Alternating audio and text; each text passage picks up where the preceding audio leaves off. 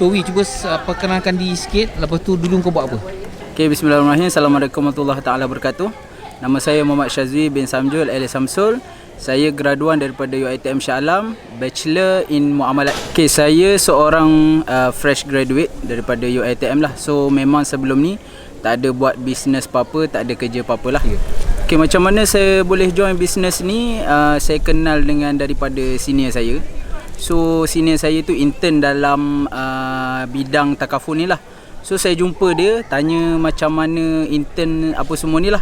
So saya search dekat Facebook dan saya berjumpa dengan introducer saya lah, Encik Muhammad Helmi. Dan daripada situlah saya kontak beliau dan Alhamdulillah sampai sekarang. Okay, so hari ni adalah program mid-year review, yang mana program hari ni adalah kita nak review balik performance kita nak diagnose apa yang boleh kita improvekan kepada diri kita dalam bisnes kita untuk ke arah yang lebih baik. Okay, pentingnya program-program macam ni adalah yang pertama sekali, dia self-diagnose diri kita lah, setakat mana kita hari ni, ke mana kita nak pergi lepas ni. So apa lagi yang boleh kita capai.